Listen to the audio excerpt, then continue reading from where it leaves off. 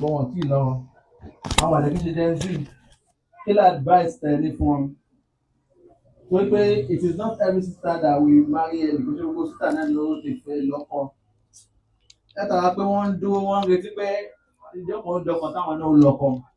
tí wọ́n fi ń di ẹni àyẹ̀sìkò tí wọ́n ní sùúrù tí wọ́n ń dúró tí wọ́n béèrè tí wọ́n ń tọ́ ọlọ́dọ̀ ọlọ́run ọba tí wọ́n ń ṣe tó wọ́n ń ṣe tó háà yẹn kí ni advice tẹ fún wọn tẹ́lẹ̀ bá fún wọn tó yẹ pé ní wọ́n fún máa fi tí mímọ́ ni wọ́n tún máa lékún sí pé lídìí láì kálá yóò padà bọ́ síjú ẹ̀ náà. Then ìbéèrè ẹlẹ́kẹ̀tẹ̀ ni ẹbí pé can a sister marry another man in Islam? Can a sister marry is it sunnah? Ṣé pé ọmọ kékeré. Bẹ́ẹ̀ ẹ jẹ́ kí n máa take ẹ̀ tutù ẹ bá ń kọ́ṣọ́ the first two. Aláwọ̀kọ́ ni pé ní bí technology ṣe ti dàgbàsókè rí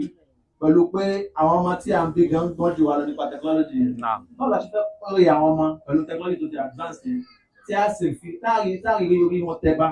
fún tọ́lọ́run tàbí tó yẹ pé ní wọn ní manipulate wa. Ẹlẹ́kejì ni pé tí ìyàwó ẹlẹ́kejì bá dàgbà ju ìyàwó alákọ̀ọ́kọ́ lọ ṣé ó lè máa pè lóko àbí kó sọ pé ó mọ̀ tó dà pé. Bismillah, alhamdulillah, wa salatu wa salam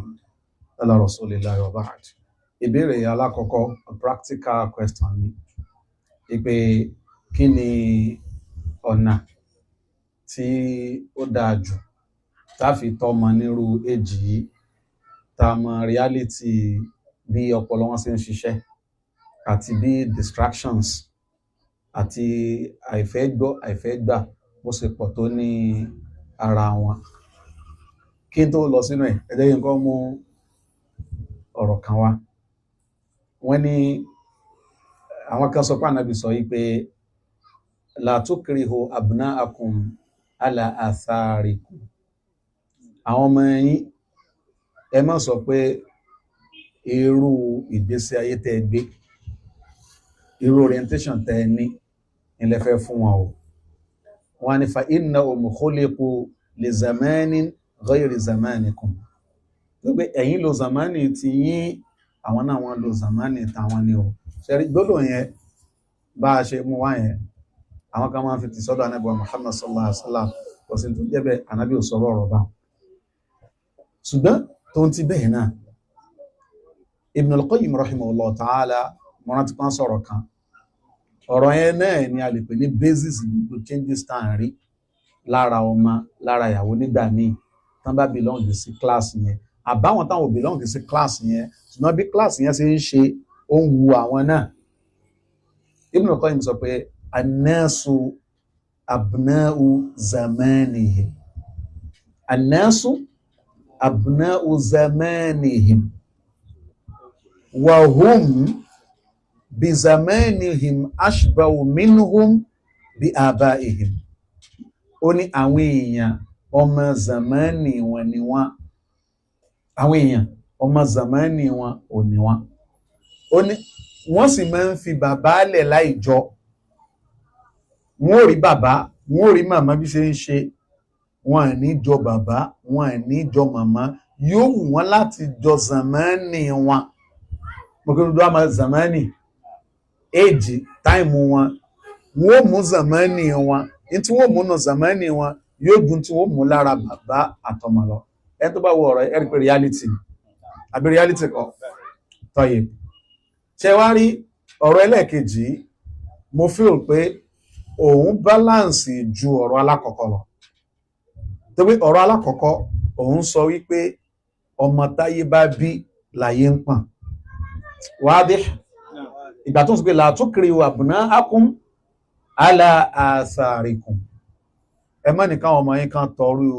ọ̀nà tẹ́yìn náà tọ̀. Fa innahum khuliqu li zamanin ghayri zamanikum. Ìgbà tí yín ọ̀tọ̀ ìgbà tí àwọn ọmọ yín ọ̀tọ̀. Ṣé mọ̀ pé an average young person impression rẹ̀ gangan náà nìyẹn bẹ́ẹ̀ ni abẹ́ẹ̀kọ́. So a jẹ́ pé ìyẹn fáwọn ọmọ ní liberty gẹ́gẹ́ bó ṣe jẹ́ pé ní west ẹ tó bá fẹ́ tọ́mọ ní èní ní west ó di iṣẹ́ ló fẹ́ ṣe nítorí pé in tó yàtọ̀ láàrin ibi àti bẹ̀yẹn òun ní pé kò sẹ́ni tí ó sọ pé kó má bọ́mọ rẹ̀ wíńbí bẹ́ẹ̀ ni abẹ́ẹ̀kọ́. Ọmọ tí payọ̀ Ọlọ́run bá sì wà lára ẹ̀ díẹ̀díẹ̀ tó bá fìrí lọ tó bá fìrí bọ̀ wọ́n á máa padà síbi tòbí ṣùgbọ́n lọ́hùn tó bá yẹ pé kí ni ẹ máa ń pè tó bá yẹ pé ní wọn àwọn àmọ́ ọlọ́ pé he's trying to compel me, he's trying to force me. Ibẹ̀ ni bàbá ti máa ń búlì ọmọ ṣe pé ẹni tó bá wà ń bẹ̀ yẹn tó wá dé African father òun jẹ̀kó lọ́dọ̀ màmá ó jẹ̀kó ó kiri ọjà òun wá fẹ́ raise ọmọ ní generation yìí ó tún wá fẹ́ raise in west ṣe mọ̀ pé practically èyí táwọn ọmọ west ń sọ fún wa ni pé abnau zamanihim ọmọ ẹgbà àwọn làwọn àwọn èso ọmọ òbí àwọn society náà tún wá fóònù tẹ̀lú pé yes gbàm bẹ́ẹ̀ ni àbí bẹ́ẹ̀ kọ́ ẹ̀yin brothers wa tẹ́ wà ní west akínyìn kò ṣe o ọlọ́run ọba yóò sọ yín láyọ̀ o ẹ̀ ní jẹ̀bi o àtàwọn àti àní sọmọnà sájò o sẹ́yìn tó bá kí wọ́n sọmọnà sájò àkèrè àkẹrù wálé ni o ní tí mò ń sọ iye mi o ẹ jẹ́ ká wá padà sórí topic gbólóhùn tàkọ́kọ́ yẹn kìí sọ̀rọ̀ Ànábì wa Muhammad àti ẹ̀rínú àwọn àáfàá gan tí wọ́n sọ pé Plato gan ló sọ bẹ́ẹ̀ philosophy ó fẹ́ pé a máa sọ pé philosophy ti ẹ̀ nìyẹn pé ẹ fà wọ́n mọ́lẹ̀ fún age tán wà ṣùgbọ́n Ibn al-Qayyim wa prepare wa fún reality tó yẹ ká máa bá ṣe face ó ní annasu abnau zamanihim àwọn ọmọ zamani wọn náà fẹ́ máa ń ṣe wọ́n sì fẹ́ máa ń mú zamani ju kán mú bàbá kán mú ìyá lọ bẹ́ẹ̀ ni àbí bẹ́ẹ̀ kọ́ ẹ mọ̀ sí fún pé ibú orí mi ibú orí màmá ẹ mọ̀ iye ọmọ tó lọ inú ilé nísìn tí ọkọ rẹ̀ tọrọ dà wọ́n pọ̀ tí màmá rẹ̀ wá sọ pé ibi tó ti rí gbogbo wa ilé kò yé mi bẹ́ẹ̀ ni àbí bẹ́ẹ̀ kọ́ ibi tó ti rí zamani ló fún un because òun rò pé màmá òun gọ̀ gbọ́n ṣe ń ṣe pẹ̀lú dádì yẹn òun wá fẹ́ lo ọ̀dán báwo ni a ṣe bá a lò mo fi pé bá ṣe bá a lò mo ti summarize ẹ̀ inú ọ̀rọ̀ Ibn al-Jawzi tí mo mention ẹ̀ atẹ́kọ̀ọ́ ẹ kọ́kọ́ ó dẹ̀ constant nínú tẹ́ bá fẹ́ fi deal pẹ̀lú láwọn ọmọ yẹn ó ní fa sa'id man lazama taqwa ala kulli hal ṣe rí èyí understand pé méjì ní nǹkan ẹjọ́ ó wà technical mo fẹ́ ká farabalẹ̀ gbọ́ mi o méjì ní ló wà lábẹ́ àwọn thawabitu wà àwọn mutaghayyiratu wà thawabit àwọn nǹkan tó jẹ́ pé factors tó gbọdọ̀ wà constant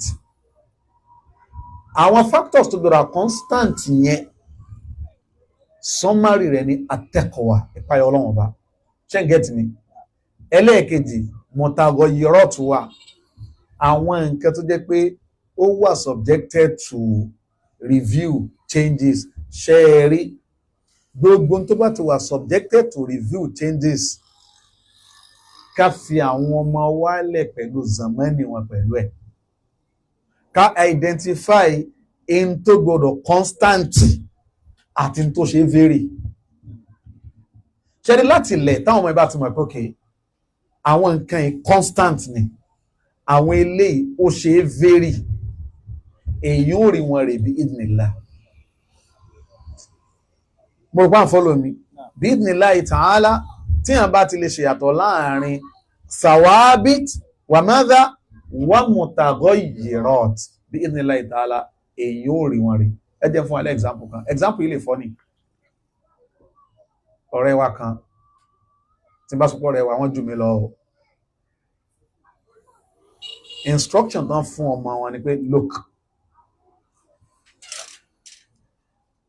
kò ń ṣe mi ni máa fún ẹ lọ́kọ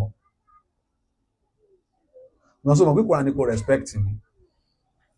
kò ní wù mí mi ní appreciate ẹ̀ because kò kí ń ṣe best practice kí wà àtọkùnrin kan kí ti jọ conclude kó tó wá sọ fún mi. Tọkùnrin bá approach ẹ mo mọ̀ pé in lè help pé kọkùnrin máa approach ẹ tó pé school ló wà fún mi ní nǹkan kan nǹkan pé fún mi. a ti understand pé cause of determine bí o ṣe ní lárí tó ń lé ayé ọwọ́ Ọlọ́run ló wà bẹ́ẹ̀ ni abẹ́ ẹ̀kọ́ mo wá fún ní example mi fẹ́ wá specific mọ́ sórí pé lágbájá ó ṣe course tó wà lucrative wo lágbájá tó ṣerú course báyìí náà bàbá yín ta ló lówó jù ó ní lágbájá ni mo wá sílé ìwọ ẹ̀ wọ́n ta máa dò course wo ni dáadé àbí ó di ìyàwó officially lọ́mọ ọdún mẹ́sàn-án ó lọ ọdún mẹ́sàn-án pẹ̀lú anábọ̀ Muhammad sallallahu alaihi wasallam àbí age wo ní ìjà anábì sallallahu alaihi wasallam nígbà náà jẹ́ ìdáwó 63 minus 18 63 minus 18 45 years ìlànà bí 15 nínú àwọn tí mo sọ pé òbí nínú counseling tá a máa fáwọn ọmọ wa náà nìkan ẹ̀ tẹ́ báwo ní sí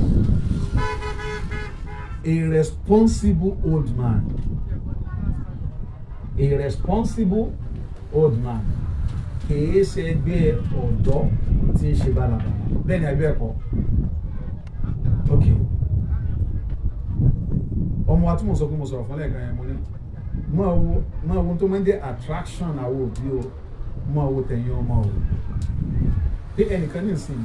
ó wà ní 20s late 20s àbí 30s ó máa dá attraction fún wọn fẹ́mi kò lè dá attraction fẹ́mi wọn reason ni pé màá dọ́là fún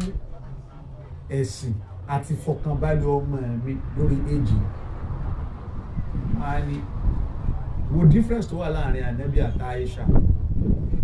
tó o bá nírú opportunity Aisha ní ṣé wàá mísẹ̀ ọlọ́lọ́mọdé wọn mísẹ̀ mo nígbà míì náà